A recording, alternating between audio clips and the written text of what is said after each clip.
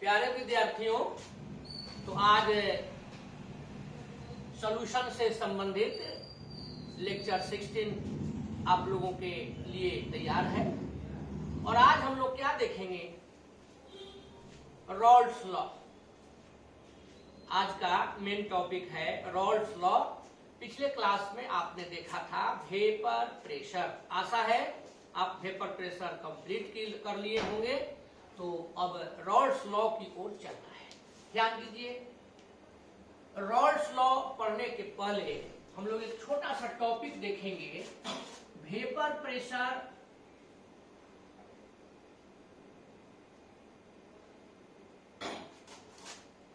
Of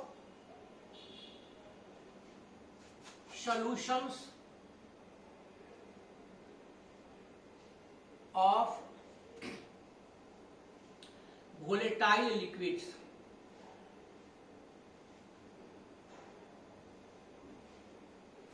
इसी को हम लोग कह सकते हैं कि vapour pressure of liquid solution. हम लोगों को बाइनरी सॉल्यूशन के बारे में ही पढ़ना है। जैसा कि शुरू में ही आप लोगों को बताए थे, बाइनरी सॉल्यूशन का मतलब हुआ कि जिस सॉल्यूशन में सिर्फ दो ही कंपोनेंट, अर्थात जिस सॉल्यूशन में सॉल्वेंट एक तो होता ही है, सॉल्यूट भी क्या हो, एक ही हो, तो उस सॉल्यूशन को बाइनरी सॉल्यूशन कहते हैं। अब बाइनरी सॉल्यूशन में यहाँ दोनों क्या रहेंगे? लिक्विड रहेंगे। इसको ऐसे थोड़ा सा हम देख देते हैं। मान लीजिए सॉल्यूशन हम लोग ले लिए, यहां पर सॉल्यूशन का डिस्कस करेंगे। सॉल्यूशन के दो पार्ट ऑफ सॉल्यूशन शुरू में बताए थे। सॉल्यूशन के दो पार्ट हैं, एक को आप कहते हैं सॉल्वेंट और एक को क्या कहते हैं? तो एक को आप कहते हैं सॉल्वेंट। आपने पढ़ा है सॉल्वेंट जब होगा तो केवल वन होगा, सॉल्यूट मोर देन वन भी हो सकता है, होता है, लेकिन हम लोगों के सिलेबस में बाइनरी सॉल्यूशन का डिस्कस करना है, इसलिए एक सॉल्वेंट है, एक सॉल्यूट है, दोनों ही वोलेटाइल है।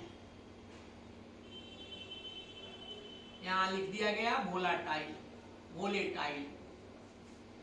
ये बेचारा दोनों वोलेटाइल है।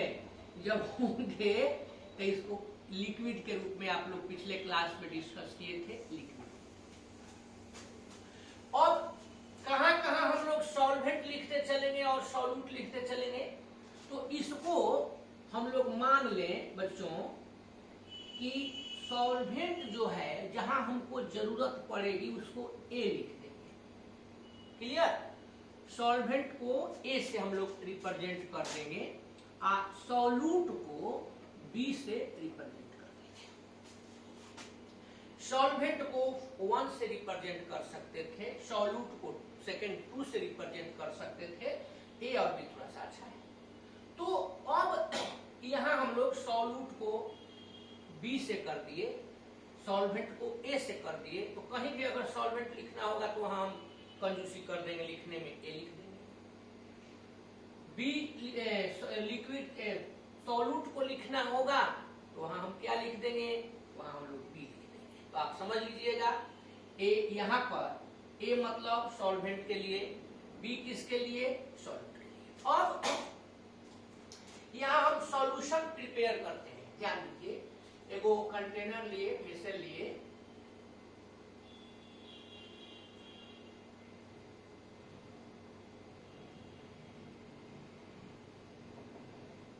क्लोज वेसल है,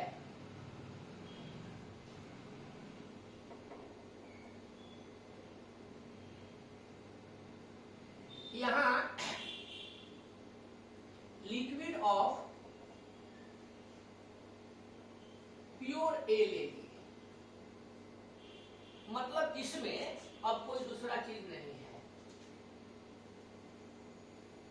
तो जैसा कि आप लोग शुरू से ही पढ़ते आए हैं, लिक्विड प्योर ए ले लिए तो ये सरफेस है और यहाँ पर ए के ये सभी आप देख ही रहे हैं सरफेस को। अब बच्चों यहाँ पर जैसा कि आप लोगों को बताए थे कि सबसे पहले कौन क्रिया होगी? एवापोरेशन। अगर ये ओपन होता तो केवल इवापोरेशन होता, ये वेपर बन के निकल जाता। लेकिन अब यहाँ ये क्लोज्ड वेसल है, क्लोज्ड कंटेनर है, तो अब क्लोज्ड कंटेनर होने के कारण केवल इवापोरेशन नहीं होगा, अब क्या होगा, कंडेंसेशन। याद है ना, अब कंडेंसेशन भी हो गया।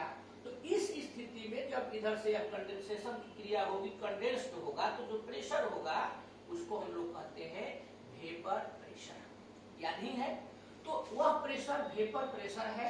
अब यहाँ ए लिए हैं, तो इसका जो ये वेपर प्रेशर आया है, इसको हम लोग नाम दे दें पी, क्या कहते थे, पी नॉट ऑफ ए, चाहे पी नॉट ए, चाहे पी ए नॉट। यानी पी ए नॉट का अर्थ क्या हो गया बच्चों, वेपर प्रेशर ऑफ प्योर ए। कोई दिक्कत, कोई कंफ्यूजन? अब यहां पर हम क्या करते हैं, कहिएगा कि सर केवल आप एक को बनाए, तो नहीं भाई, हम लोग बी को भी बनाते हैं। ध्यान दीजिए, थोड़ा सा और इधर इसको कर देते हैं।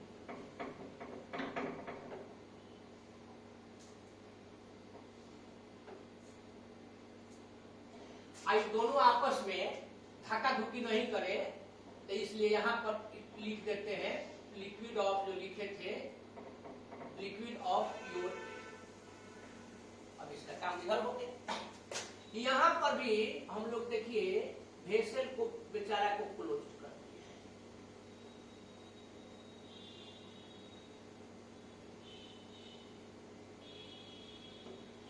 और यहां पर बच्चों हम लोग क्या लेंगे, लिक्विड ऑफ प्योर बी। ध्यान देते चलिए, लिक्विड ऑफ प्योर बी। तो यहां जब लिक्विड ऑफ प्योर बी ले लेंगे, तो ये ऊपर में क्या होंगे, तो यहां अब जो सरफेस मोलेक्यूल होंगे वह किसके होंगे, वह बी के होंगे।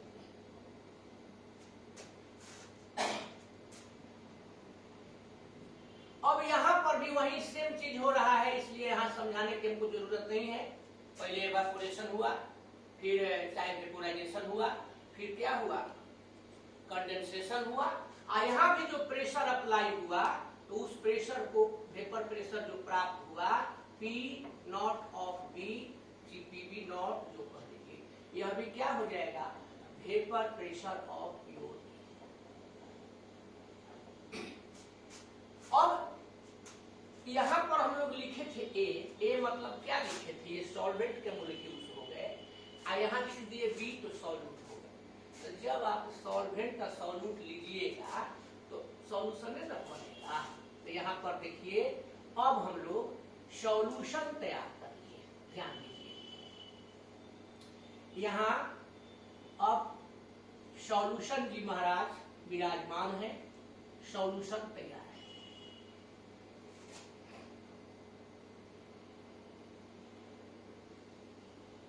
तो जब सॉल्यूशन बनेगा बच्चों, तो ये दोनों मिलेंगे। तो अब मान लीजिए यहाँ यह ए मोलेक्यूल है, ए है, यहाँ बी का है, यहाँ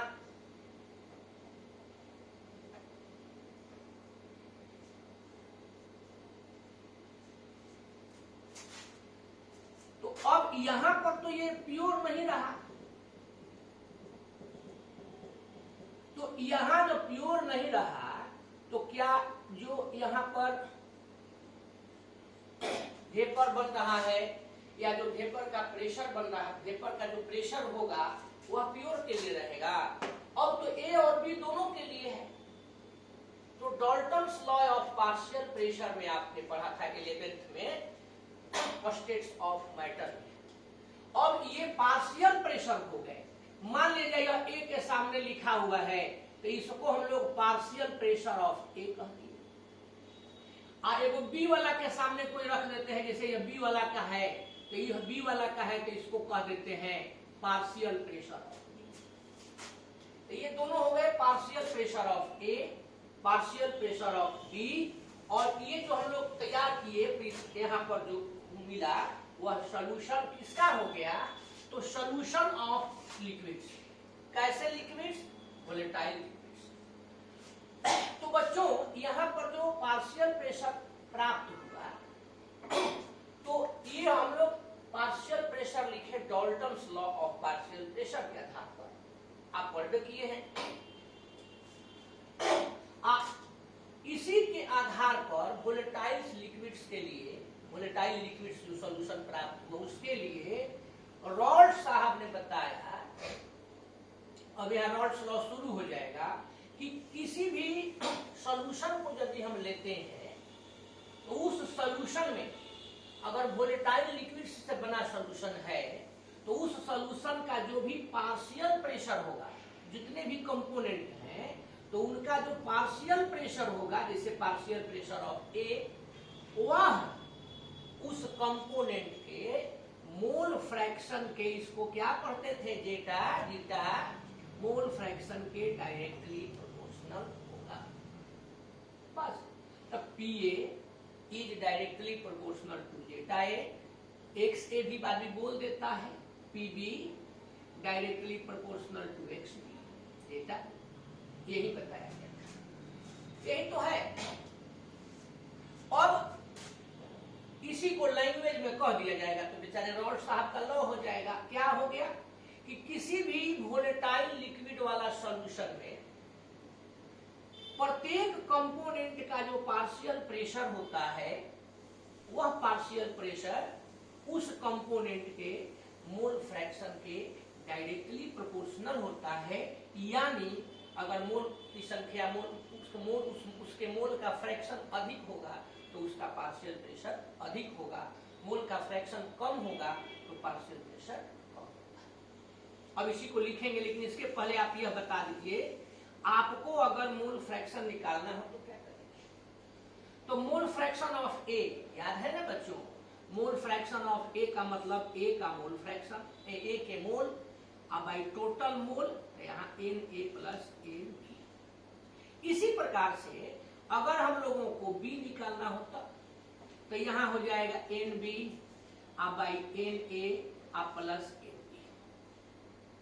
और किसी भी सॉल्यूशन में जितने भी कंपोनेंट होते हैं, उन सभी कंपोनेंट के मोल फ्रैक्शन का जो सम होता है, टोटल मोल फ्रैक्शन होता है, वह कितना होता है, इसको दिमाग में रखना है। अब चलते हैं रॉल्ट्स लॉ की ओर। तो फिलहाल रॉल्ट्स लॉ के पहले कहीं कोई कंफ्यूजन हो तो पूछ लीजिए, समझ लीजिए।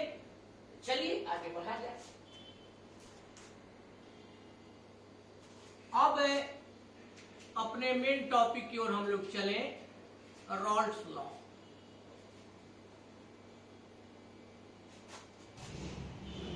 फ्रेंच केमिस्ट रॉल्ट साहब ने इस लॉ को 1886 में दिया। ऐसे ईस्वी सन से कोई मतलब नहीं होता है, तो बस आपको पढ़ चुके हैं, अभी जस्ट बताए थे, partial vapour pressure of each component is directly proportional to mole fraction, यही कहना है। For a solution of volatile liquids, नहीं कहा कि फॉर ए सॉल्यूशन भी काम चल जाता है। For a solution of volatile liquids, the partial vapor pressure of each component is directly proportional to the mole fraction of that component। क्या हम लोग अभी देखे हैं? तो according to law, ध्यान देते चलिए, for a solution of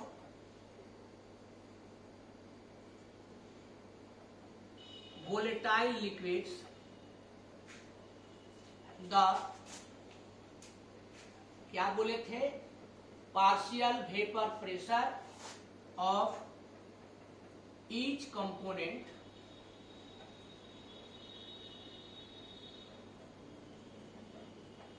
is directly, एकदम प्रोपोर्शनल टू द क्या, वाह, mole fraction, very good, of किसका, दैट कंपोनेंट। यही तो हुआ। यही लेकर के चल रहे हैं। अब इसी के आधार पर तब हम लोग कह सकते हैं, ध्यान दीजिए बच्चों, कि PA partial vapour pressure of A is directly proportional to zeta A, चाहे मोल फ्रैक्शन ऑफ A। बस यही लॉ है, यहाँ पर हम पहले ही समझा चुके हैं। अब इसी को आगे बढ़ाते हैं तो देखिए ये हो जाएगा PA इज इक्वल टू, आप सबको जानते हैं, इतना हम लोग ले लिए PA K इंटू एक्स के।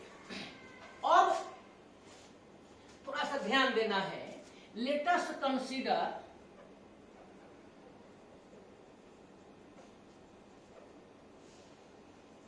प्योर ए।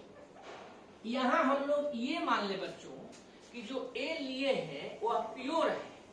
तो जब प्योर है, थोड़ी देर के लिए हम लोग मान ले तो प्योर है, तो ऐसी स्थिति में आप जानते हैं कि किसी सॉल्यूशन के जितने भी कंपोनेंट होते हैं उसके टोटल कंपोनेंट का मोल फ्रैक्शन 1 होता है।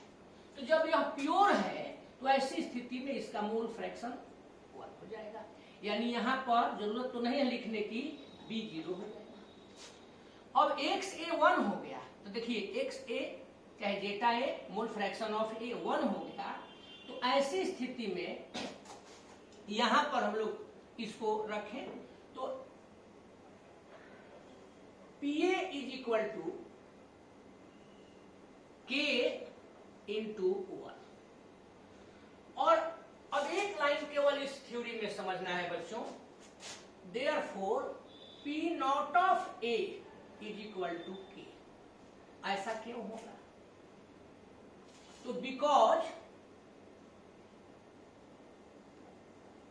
दिस टाइम, अभी जो यहां हम लोग प्योर ले लिए हैं इसलिए पार्शियल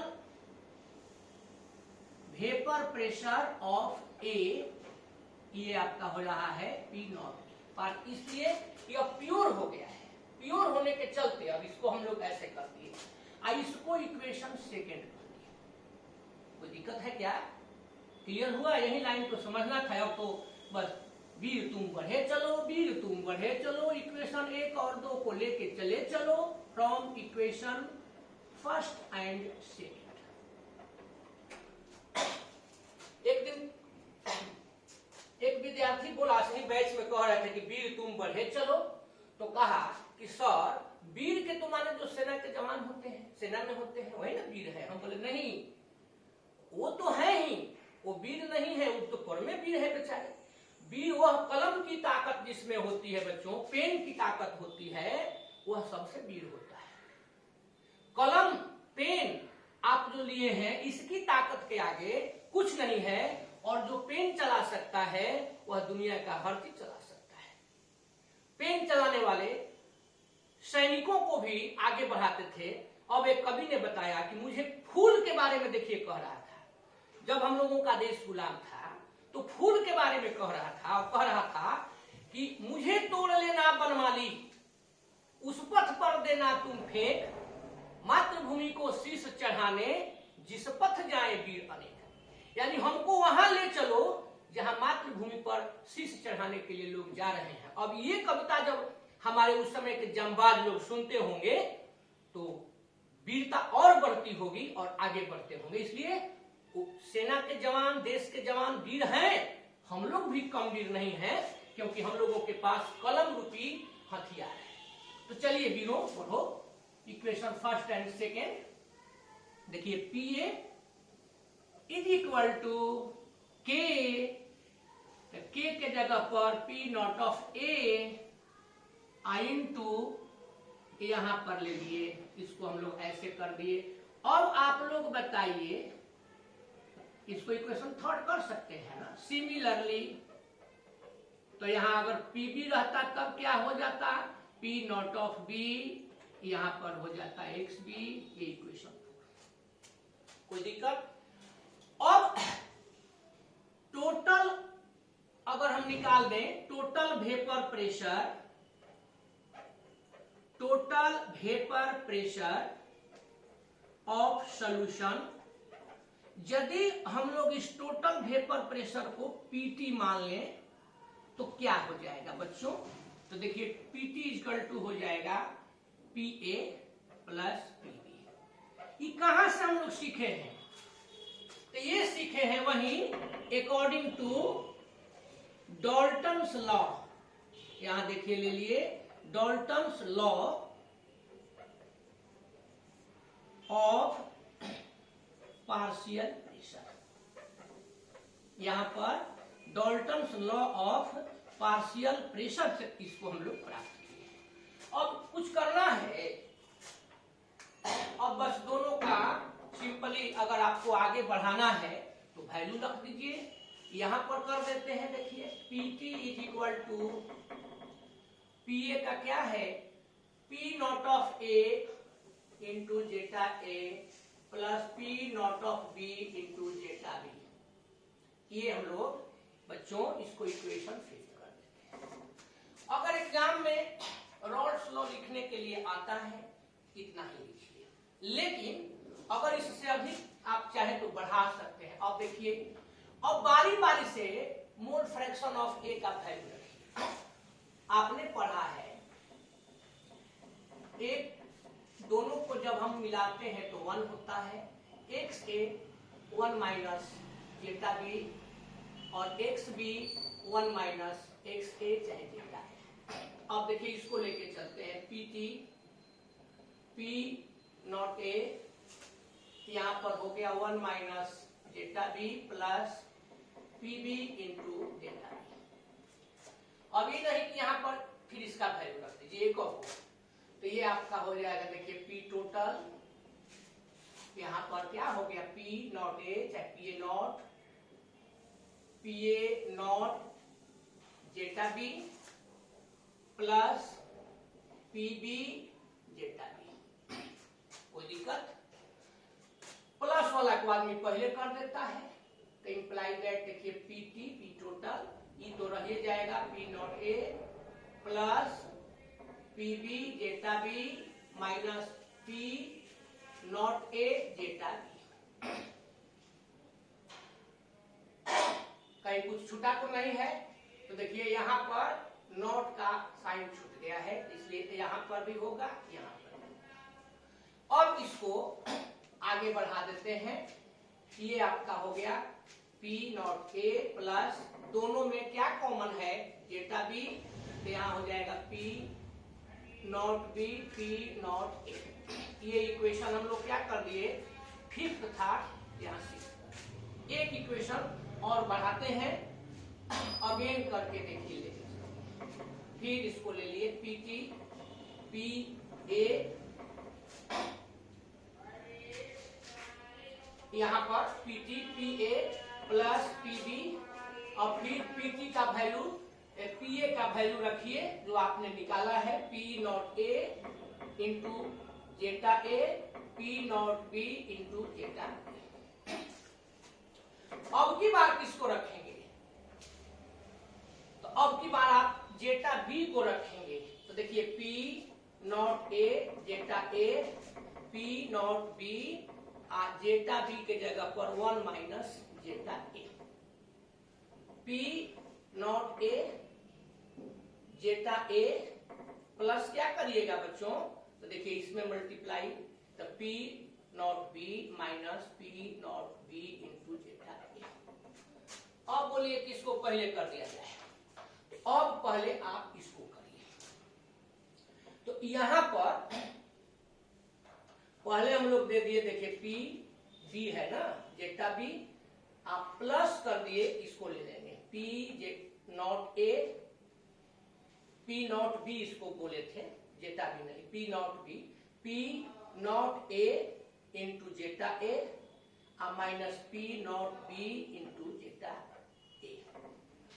ये आपका देखिए अब यहां पर आ गया पी टोटल, तो ये पी नॉट बी तो रहेगा ही, दोनों में कॉमन आ गया जेटा ए, तो ये जब जो जेटा ए आ गया तो P not A P not be, equation 7। तो इस प्रकार आपने देख लिया रॉल्स लॉ क्या है। लेकिन रॉल्स लॉ में आप इतना लिखने की जरूरत नहीं है, अगर एग्जाम में पूछता है तो यहां तक इक्वेशन नंबर आपको केवल 5 तक देना है, उसके आगे जरूरत नहीं है।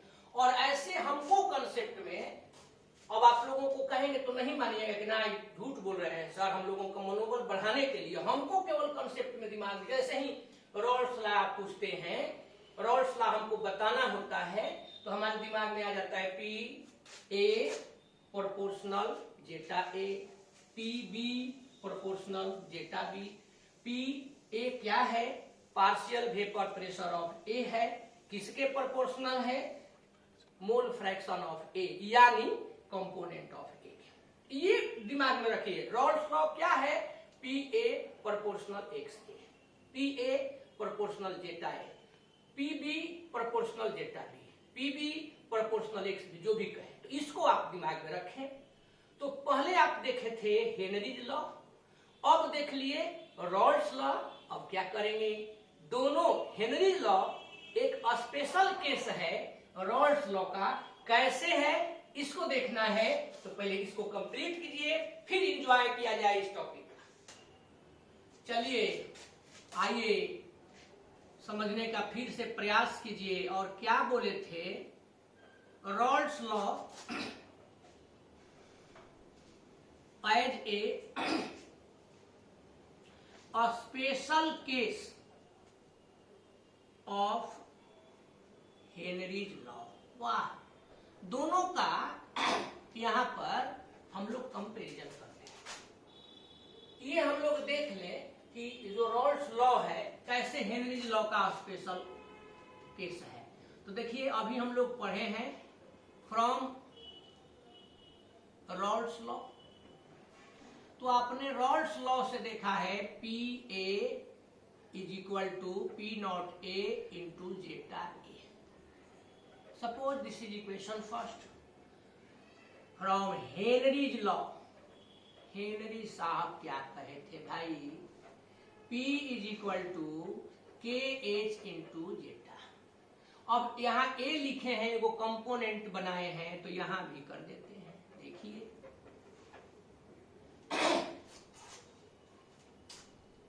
From equation first and second, तब LHS is equal P naught A zeta A के ए जेटा ए, जेटा जेटा जा चला गया, P नॉट A के एच। This is equation. अब देखिए अगर P नॉट A को यहां पर के एच कर देते हैं तो दोनों एक स्पेशल केस हो जाएगा। तो 10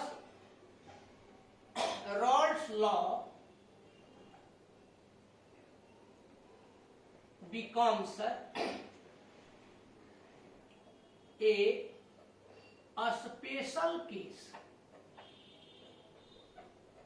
of Henry's law in which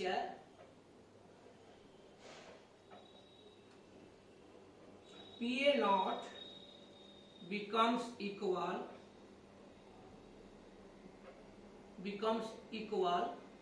to किसके? Henry law constant K H क्या है? Henry law constant. इस प्रकार होगा। अब दो चीज यहां पर ध्यान देना है। देखिए दोनों हम लोग देख लिए, रॉल्स लॉ को देख लिए कि स्पेशल केस है, लेकिन हेनरी लॉ कहां अप्लीकेबल है? Henry law is applicable for only gases। याद होगा किसी गैस को लिक्विड में आप डिजॉल्व कराते थे, जबकि रॉल्स लॉ को आप लेते हैं तो Rawls law is applicable for, यह किसके लिए है? वोलेटाइल लिक्विड्स के लिए, वोलेटाइल लिक्विड्स के लिए। तो ये दोनों में थोड़ा सा अंतर है, लेकिन मिला जुला के रॉल्स लॉ क्या हो जा रहा है, एक स्पेशल केस आया। अगर आपको कहे एक्सप्लेन करने के लिए कि Rawls law special case of Henry law है, तो यहाँ तक लिखाएगा। ये जो दोनों हम दिए हैं ये आपके जानकारी के लिए दिए हैं। हेनरी लॉ गैसेज के लिए है और रॉल्स लॉ वोलेटाइल लिक्विड्स के लिए है। तो हमको लग रहा है कि अब आप लोग समझ गए होंगे रॉल्स लॉ। अब रॉल्स लॉ जी तो कंप्लीट हो गए, तो अब क्या चलेंगे, तो अब इनके जो इन्होंने जो अपना कॉन्सेप्ट दिया, जो हम लोग फॉर्मूला डिराइव किए, P total equal to P A plus P B, इसके द्वारा आप बनाए थे P not A zeta A, P not B zeta B. इसके आधार पर न्यूमेरिकल का डिस्कस करना है। तो न्यूमेरिकल का डिस्कस हम लोग अब आज छोड़ दे। नेक्स्ट क्लास में, नेक्स्ट लेक्चर में हम लोग रॉल्स लॉ के न्यूमेरिकल्स को सॉल्व करेंगे। चलिए एकदम बढ़िया से पढ़ करके न्यूमेरिकल के लिए तैयार रहिएगा। तो आज हमारे वीर जवानों यहीं पर हम लोग विश्राम करें, फिर कल गति में आएंगे, आगे बढ़ेंगे। धन्यवाद।